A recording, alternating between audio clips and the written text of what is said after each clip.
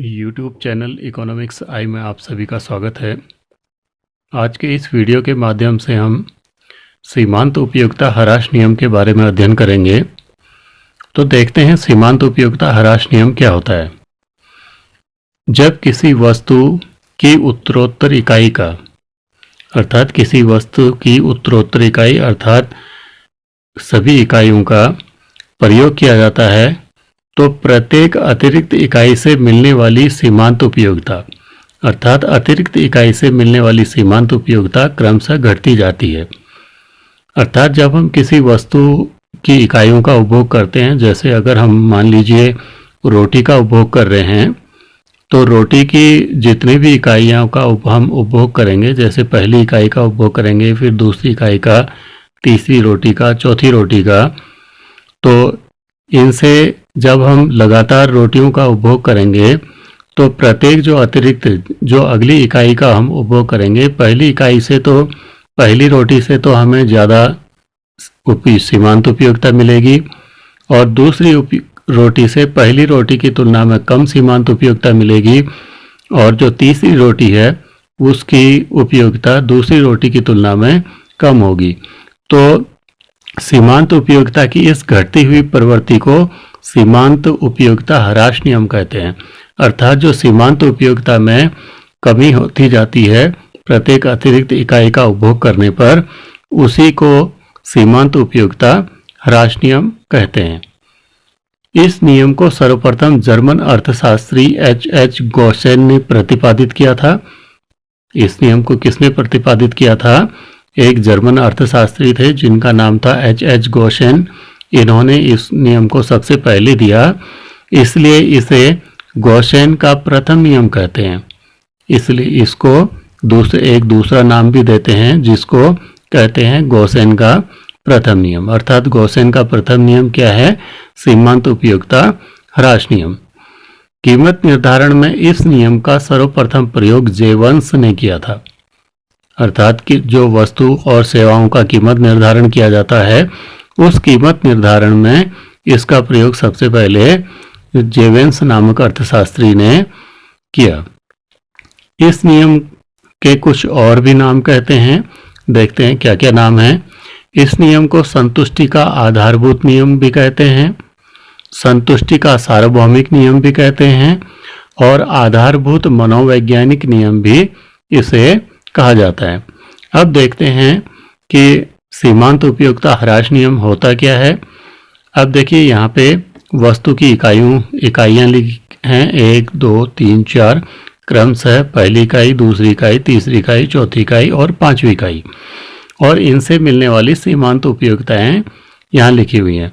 अब देखिए पहली जो वस्तु की इकाई का हमने उपभोग किया, मान लीजिए हमने अगर रोटी का उपभोग किया तो पहली रोटी से हमको 20 यूटिल्स के बराबर सीमांत उपयोगिता मिली और दूसरी जो वस्तु की इकाई अर्थात दूसरी रोटी से हमको 10 यूटिल्स के बराबर सीमांत उपयोगिता मिली और तीसरी जो रोटी हमने उपभोग की उससे हमको 0 सीमांत उपयोगिता मिली, अर्थात उससे हमें कोई भी सीमांत उपयोगिता नहीं मिली है।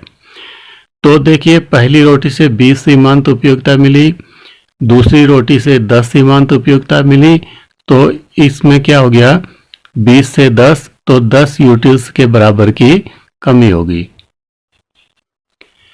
फिर यहाँ से तीसरी इकाई से 0 होगी तो 10 से 0 में पहुंच गया, अर्थात 10 यूटिल्स की और कमी हो गई। जो ये सीमांत उपयोगिता में घटने की जो दर है, इस घटने की दर को ही सीमांत उपयोगिता ह्रास नियम कहते हैं। अब इसको एक रेखाचित्र के माध्यम से दिखाया है। यहाँ पर सीमांत उपयोगिता लिखी है, यहाँ वस्तु की इकाइयाँ हैं, ये O x अक्ष है, यहाँ O y अक्ष है और ये O y डैश। क्योंकि 0 से नीचे, क्योंकि सीमांत उपयोगिता क्या है, ऋणात्मक भी होती है। सीमांत उपयोगिता एक निश्चित बिंदु के बाद सीमांत उपयोगिता में कमी होना प्रारंभ हो जाता है। तो चौथी इकाई से -10 सीमांत उपयोगिता मिली और पांचवी इकाई से -20 सीमांत उपयोगिता मिली है। तो ये माइनस जो होंगी वो 0 से नीचे और शून्य के ऊपर जो होंगी ये प्लस सीमांत उपयुक्ताएं होंगी। ये 10 सीमांत उपयुक्ता, 20 हमने इसको बराबर हिस्सों में बांट दिया है और यहाँ वस्तु की इकाइयाँ हैं। अब देखिए पहली इकाई से कितनी सीमांत उपयुक्ता मिली है, 20। तो पहली इकाई से कितनी सीमांत उपयुक्ता मिली, 20। और दूसरी इकाई से कितनी सीमांत उपयुक्ता मिली है, 10। तो दूसरी इकाई से सीमांत उपयुक्ता मिली 10। और तीसरी इकाई से कोई कुछ भी सीमांत उपयुक्ता नहीं मिली है, अर्थात शून्य सीमांत उपयुक्ता है। तो तीसरी इकाई में सीमांत उपयुक्ता शून्य हो गई। इसके बाद भी हमने अगर रोटियों का उपभोग किया, वस्तु की इकाइयों का उपभोग किया, तो जो हमारी सीमांत उपयुक्ता है वो क्रमशः घटती हुई होगी अर्थ और ऋणात्मक हो जाएगी। चौथी इकाई से -10 सीमांत उपयुक्ता है, तो यहाँ पर चौथी इकाई है, ये वस्तु की इकाइयाँ यहाँ लिखी हैं, ये चौथी इकाई है। चौथी इकाई से जो सीमांत उपयुक्ता है वो -10 है। इसके बाद हमने पांचवी रोटी का उपभोग किया, इस पांचवी इकाई से -20 सीमांत उपयुक्ता मिली और ये देखिए पांचवी रोटी से -20 सीमांत उपयुक्ता मिली है। और इन सभी सीमांत उपयुक्ता वाले जो बिंदु हैं, इन सभी बिंदुओं को अगर हम आपस में मिलाएंगे तो सीमांत उपयुक्ता वक्र प्राप्त होगा।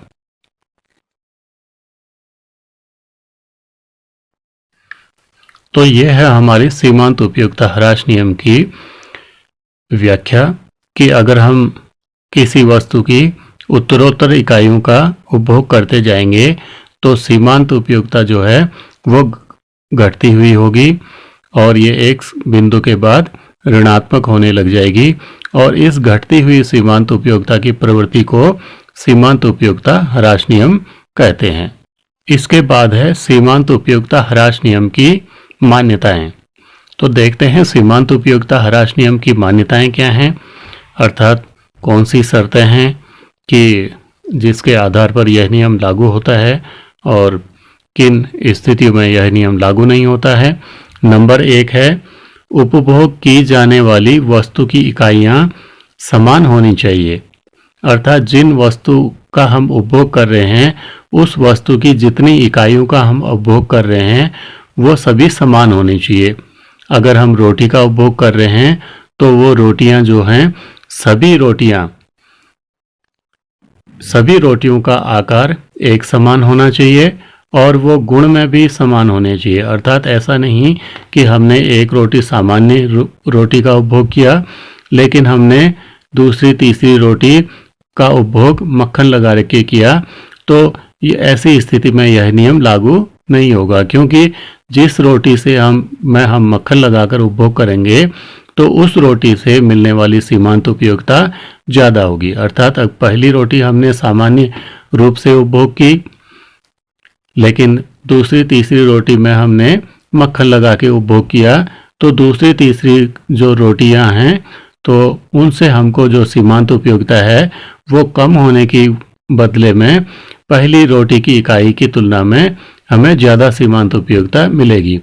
और अगर पहली रोटी काफ़ी छोटी है और दूसरी रोटी का आकार सामान्य है तो पहली रोटी में कम सीमांत उपयुक्ता मिलेगी लेकिन दूसरी रोटी में जो है उपयुक्ता बढ़ जाएगी। अर्थात ऐसी स्थिति में यह नियम लागू नहीं होता जब वस्तु की जो इकाइयां हैं वो असमान हो और वो गुण में भी असमान हो, आकार में भी असमान हो और गुण में भी असमान होती हैं, तो ऐसी स्थिति में सीमांत उपयुक्ता ह्रास नियम लागू नहीं होता। तो सीमांत उपयुक्ता ह्रास नियम लागू होने के लिए आवश्यक है कि जिस वस्तु का हम उपभोग कर रहे हैं उस वस्तु की जितनी इकाइयों का हम उपभोग कर रहे हैं वो गुण और आकार में एक समान होनी चाहिए।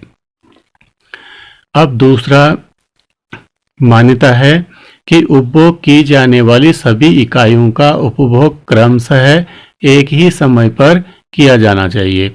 अर्थात जब हम किसी वस्तु की इकाइयों का उपभोग कर रहे हैं तो उन इकाइयों का उपभोग लगातार होना चाहिए एक ही समय पर।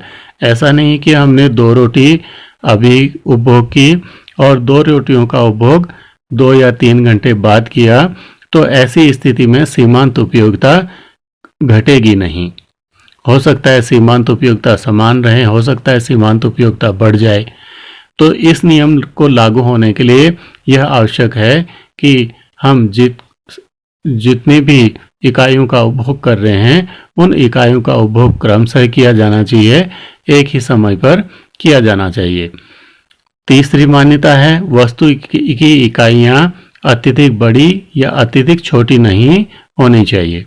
अगर वस्तु की इकाइयां अत्यधिक बड़ी होंगी तो ऐसी स्थिति में भी यह नियम लागू नहीं होगा, और वस्तु की इकाइयां बहुत छोटी होंगी तो ऐसी स्थिति में भी यह नियम लागू नहीं होगा। चौथा है उपभोग की जाने वाली वस्तु की कीमत में परिवर्तन नहीं होना चाहिए। अर्थात जिस वस्तु का हम उपभोग कर रहे हैं, उपभोग करते समय ऐसा नहीं होना चाहिए कि उस वस्तु की कीमत उस समय कम हो जाए।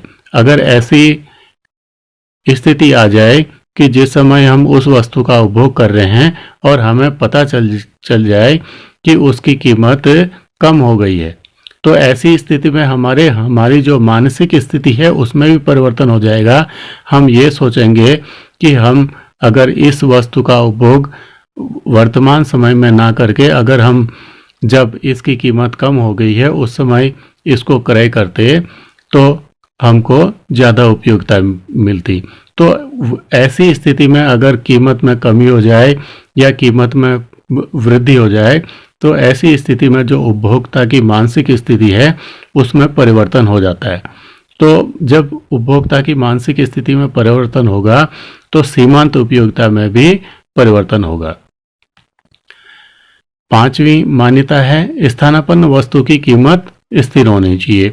अर्थात ऐसी वस्तुएं जिस वस्तु का हम उपभोग कर रहे हैं उसकी स्थानापन्न वस्तु की कीमत में कमी या वृद्धि होगी तो ऐसी स्थिति में जिस वस्तु का हम उपभोग कर रहे हैं उसकी सीमांत उपयोगिता या तो बहुत ज़्यादा घट जाएगी या सीमांत उपयोगिता में वृद्धि होना प्रारंभ हो जाएगा। अगर स्थानापन्न वस्तु की कीमतें बढ़ जाएंगी तो जब हम उस वस्तु का उपभोग कर रहे हैं तो उस समय क्या होगा कि स्थानापन्न वस्तु की कीमत में वृद्धि होने पर उस वस्तु की जो है सीमांत उपयोगिता बढ़ने लग जाएगी। अगर हमें ये पता चलेगा कि उस वस्तु की स्थानापन्न वस्तु की कीमत अगर वर्तमान में कम हो रही है तो हम सोचेंगे कि हाँ, हम इस वस्तु के स्थान पर उसकी स्थानापन्न वस्तु का उपभोग करें। तो ऐसी स्थिति में जिस वस्तु का हम उपभोग करेंगे उसकी जो सीमांत उपयोगिता है वो घटना आरंभ हो जाएगी, बहुत तेजी से घट जाएगी। अगला छठा है उपभोक्ता की मानसिक स्थिति में परिवर्तन न हो। अर्थात उपभोक्ता की जो मानसिक स्थिति है वो सामान्य और एक समान होना चाहिए। जैसा कि हमने अभी कहा था कि जो वस्तु की कीमत है उपभोग की जाने वाली उस वस्तु की कीमत में परिवर्तन नहीं होना चाहिए। अगर परिवर्तन होगा तो उपभोक्ता की मानसिक स्थिति में भी परिवर्तन होगा। अगर उपभोक्ता की मानसिक स्थिति में परिवर्तन होगा तो वस्तु की जो उत्तरोत्तर इकाइयों का हम उपभोग कर रहे हैं उससे मिलने वाली जो सीमांत उपयोगिता है उसमें भी परिवर्तन हो जाएगा। अब सातवीं मान्यता है उपभोक्ता की रुचि। अर्थात उपभोक्ता की रुचि में भी परिवर्तन नहीं होना चाहिए, फैशन में परिवर्तन नहीं होना चाहिए, उपभोक्ता की आय में परिवर्तन नहीं होना चाहिए और उपभोक्ता के स्वभाव में भी परिवर्तन नहीं होना चाहिए। अगर उपभोक्ता की रुचि में परिवर्तन हो गया, फैशन में परिवर्तन हो गया, उपभोक्ता की आय में परिवर्तन हो गया, स्वभाव में परिवर्तन हो गया तो ऐसी स्थिति में सीमांत उपयोगिता ह्रास नियम लागू नहीं होगा। वस्तु के उपभोग स्थान में परिवर्तन नहीं होना चाहिए। अर्थात जिस वस्तु का हम उपभोग एक स्थान पर कर रहे हैं उस वस्तु का उपभोग उसी स्थान पर होना चाहिए। ऐसा नहीं कि हमने उसका स्थान परिवर्तित कर दिया। सामूहिक आवश्यकताओं की जो सामूहिक आवश्यकताएं होती हैं उनमें यह नियम लागू नहीं होता। अर्थात ऐसी वस्तुएं जो एक समूह की आवश्यकताओं की पूर्ति करते हैं उन वस्तुओं की जो सीमांत उपयोगिता ह्रास नियम है वो ऐसी स्थिति में यह नियम लागू नहीं होना चाहिए, नहीं होता है। उपभोक्ता का व्यवहार विवेकशील होता है, अर्थात उपभोक्ता जो है उसका व्यवहार ऐसा होता है कि वह अपने सीमित साधनों से अधिकतम संतुष्टि प्राप्त करने का प्रयास करता है। और अगला है मान्यता है, 11वीं मान्यता है कि उपयोगिता मापनीय है, अर्थात उपयोगिता को मापनीय स्वीकार किया गया है। फिर 12वीं मान्यता है कि मुद्रा की सीमांत उपयोगिता स्थिर रहती है, अर्थात जो मुद्रा की सीमांत उपयोगिता है उसमें भी कोई परिवर्तन नहीं होना चाहिए। इसके बाद आता है उपयोगिता ह्रास नियम के अपवाद, अर्थात ऐसी कंडीशंस या ऐसे तथ्य जिनके आधार पर सीमांत उपयोगिता ह्रास नियम जो है वो लागू नहीं होता है। तो पहला अपवाद देखते हैं, शान शौकत व दिखावटी वस्तुओं के संबंध में, अर्थात ऐसी वस्तुएं जो शान और शौकत की होती हैं, दिखावटी होती हैं, जिनके आधार पर हम अपना रुतबा दिखाना चाहते हैं, तो ऐसी वस्तुओं के संबंध में यह नियम लागू नहीं होता। अगर कोई शान शौकत की वस्तुएं होंगी तो उपभोक्ता को वे वस्तुएं जितनी ज़्यादा मिलती हैं, अर्थात उन वस्तुओं का उपभोग वह जितना ज़्यादा करता है, उनसे मिलने वाली सीमांत उपयोगिता कम होने के स्थान पर बढ़ती जाती है। दूसरा है नशीले पदार्थों के संबंध में, अर्थात नशीले पदार्थों के संबंध में यह नियम लागू नहीं होता है, क्योंकि एक जो नशा करने वाला व्यक्ति है वो क्रमशः नशीले पदार्थों का उपयोग करता है, तो उसकी जो सीमांत उपयोगिता है वो कम नहीं होती, बल्कि सीमांत उपयोगिता उसकी बढ़ती रहती है, भले ही उससे उसको कितने भी दुष्प्रभाव हो जाएं। तीसरा अपवाद है अत्यधिक छोटी व अत्यधिक बड़ी इकाइयों के संबंध में, अर्थात अगर ऐसी वस्तुएं जिनकी इकाइयां बहुत छोटी होती हैं, ऐसी स्थिति में भी यह लागू नहीं होता है। और अगर वस्तु की इकाइयां अत्यधिक बड़ी होंगी तो ऐसी स्थिति में भी यह नियम लागू नहीं होता है। चौथा है दुर्लभ वस्तुओं के संबंध में, अर्थात ऐसी वस्तुएं जो बहुत कम मात्रा में मिलती हैं, जो दुर्लभ हैं, इन वस्तुओं के संबंध में यह नियम लागू नहीं होता है। जैसे कुछ वस्तुएं हैं, सोना चांदी है, हीरे जवाहरात, ये जो हैं बहुत दुर्लभ वस्तुएं होती हैं, तो ऐसी दुर्लभ वस्तुएं उपभोक्ता के पास जितनी ज़्यादा मात्रा में प्राप्त होती हैं तो उसकी सीमांत उपयोगिता घटने की बजाय बढ़ती जाती है। पांचवा है रसीली कविता और मधुर संगीत के संबंध में, अगर कोई व्यक्ति या कोई उपभोक्ता रसीली कविताओं को सुनता है तो बहुत अच्छी कविताएं होती हैं उनको सुनता है, तो जितनी वह कविताएं सुनते रहता है उसको ऐसा लगता है कि वह और ज़्यादा कविताएं सुने, तो एक के बाद वो कविताएं सुनते जाता है तो उनसे मिलने वाली जो सीमांत उपयोगिता है वो घटती नहीं है। और मधुर संगीत, अगर संगीत बहुत अच्छा होता है तो ऐसा लगता है कि हम और ज़्यादा संगीत सुनते रहें, तो उसकी सीमांत उपयोगिता जो है कम नहीं होती। तो रसीली कविता और मधुर संगीत के संबंध में सीमांत उपयोगिता ह्रास नियम लागू नहीं होता है। अगला अपवाद है वस्तु के उपभोग की प्रारंभिक अवस्था में, अर्थात जब हम वस्तु का उपभोग कर रहे हैं उस उपभोग के प्रारंभिक अवस्था में यह नियम लागू नहीं होता। अर्थात अगर किसी वस्तु की 1, 2, 3 रोटियों का उपभोग करेंगे तो उन 3 हो सकता है 2 रोटियों तक, हो सकता है 3 रोटियों तक, हो सकता है 4 रोटियों तक सीमांत उपयोगिता में कमी नहीं होती है। तो यह कहता है कि वस्तु के उपभोग की प्रारंभिक अवस्था में सीमांत उपयोगिता ह्रास नियम लागू नहीं होता है। अब आगे देखते हैं कि सीमांत उपयोगिता ह्रास नियम की उपयोगिता अर्थात महत्व, अर्थात सीमांत उपयोगिता ह्रास नियम का महत्व कैसे है या कौन कौन सी स्थितियां हैं जहां पे सीमांत उपयोगिता ह्रास नियम अपना महत्व रखता है। पहला है वस्तु के मूल्य निर्धारण में। हमने ये पढ़ा था कि सीमांत उपयोगिता ह्रास नियम के अनुसार क्या होता है कि जब हम वस्तु की उत्तरोत्तर इकाइयों का उपभोग करते हैं तो उनसे मिलने वाली जो सीमांत उपयोगिता है वो क्रमशः घटती जाती है। एक उपभोक्ता किसी वस्तु का मूल्य उसकी सीमांत उपयोगिता के आधार पर ही देता है। यदि वस्तु की पूर्ति मांग की तुलना में अधिक हो तो अधिक प्रयोग होने के कारण उस वस्तु की सीमांत उपयोगिता में कमी होगी, अर्थात अधिक पूर्ति अधिक होगी, मांग कम होगी, अर्थात वस्तु का प्रयोग अधिक हो रहा है तो अधिक प्रयोग होने से वस्तु की सीमांत उपयोगिता में कमी होगी। तो वस्तु की सीमांत उपयोगिता कम होगी तो उपभोक्ता उस वस्तु का कम मूल्य देने को तैयार रहेगा। इसी प्रकार यदि वस्तु की पूर्ति मांग की अपेक्षा कम है, अर्थात पूर्ति कम होगी, मांग ज़्यादा होगी, तो इससे क्या होगा कि वस्तु की जो सीमांत उपयोगिता है वो ज़्यादा होगी, क्योंकि मांग ज़्यादा हो रही है, पूर्ति कम है, तो ऐसी स्थिति में उसकी सीमांत उपयोगिता ज़्यादा होगी और जिस वस्तु की सीमांत उपयोगिता ज़्यादा होगी उपभोक्ता उस वस्तु का मूल्य ज़्यादा देने को तैयार रहेगा। तो जो सीमांत उपयोगिता ह्रास नियम है इस प्रकार वस्तु के मूल्य निर्धारण में भी सहायक होता है। दूसरा है कर प्रणाली का आधार। जो आधुनिक कर प्रणाली है, प्रगतिशील और आनुपातिक कर प्रणाली का मिश्रण, उस कर प्रणाली का आधार भी सीमांत उपयोगिता ह्रास नियम है, क्योंकि सीमांत उपयोगिता ह्रास नियम क्या कहता है, जब हम वस्तु की अतिरिक्त इकाइयों का उपभोग करते जाते हैं तो उससे मिलने वाली सीमांत उपयोगिता घटती जाती है। एक जो धनी व्यक्ति है उसके पास ज़्यादा पैसा होगा, ज़्यादा संपत्ति होगी, तो उसकी जो सीमांत उपयोगिता है धनी व्यक्ति के पास जो धन है, ज़्यादा धन है, उसकी सीमांत उपयोगिता उसके लिए कम होगी।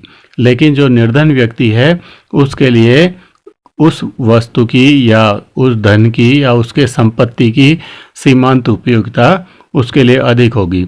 इसलिए जो आधुनिक कर प्रणाली है जिसमें प्रगतिशील कर प्रणाली और आनुपातिक का मिश्रण शामिल होता है, तो जिसके पास ज़्यादा धन या संपत्ति होती है उससे ज़्यादा कर वसूल किया जाता है और जिसके पास कम धन संपत्ति होती है उससे कम कर वसूल किया जाता है, अर्थात उस पर कम कर लगाए जाते हैं। तो जो सीमांत उपयोगिता ह्रास नियम है ये आधुनिक कर प्रणाली का आधार है। सीमांत उपयोगिता ह्रास नियम की अगली जो उपयोगिता है या अगला जो महत्व है वो है उत्पादन में सहायक।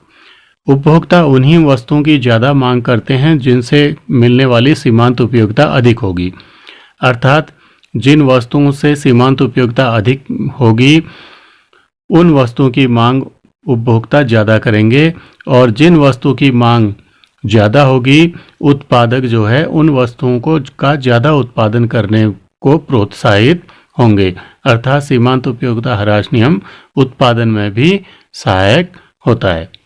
चौथा है मांग के नियम का आधार।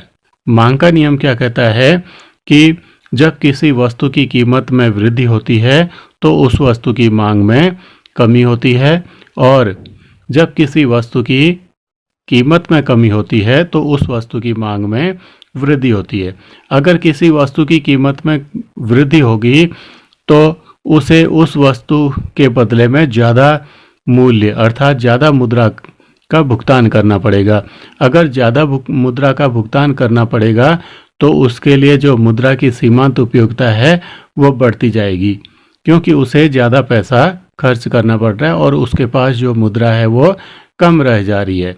तो ऐसी स्थिति में क्या करेगा, वो ज़्यादा मुद्रा देने के बजाय मांग कम कर लेगा।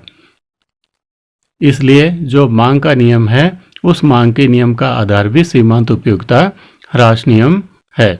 सीमांत उपयोगिता ह्रास नियम का अगला महत्व है उपभोक्ता की बचत के निर्धारण में सहायक, अर्थात एक उपभोक्ता जब वस्तुओं की उत्तरोत्तर इकाइयां खरीदता जाता है तो उससे उन उत्तरोत्तर इकाइयों से मिलने वाली जो सीमांत उपयोगिता है वो क्रमशः घटती जाती है और जहां पर उसको अंतिम इकाई से मिलने वाली सीमांत उपयोगिता और उस अंतिम इकाई के बदले में उपभोक्ता जो मुद्रा त्यागने को तैयार है उस त्याग के बराबर उपभोक्ता को अगर सीमांत उपयोगिता मिल रही है तो वहाँ पर वह उपभोक्ता अपना उपभोग, उस वस्तु का उपभोग रोक देता है।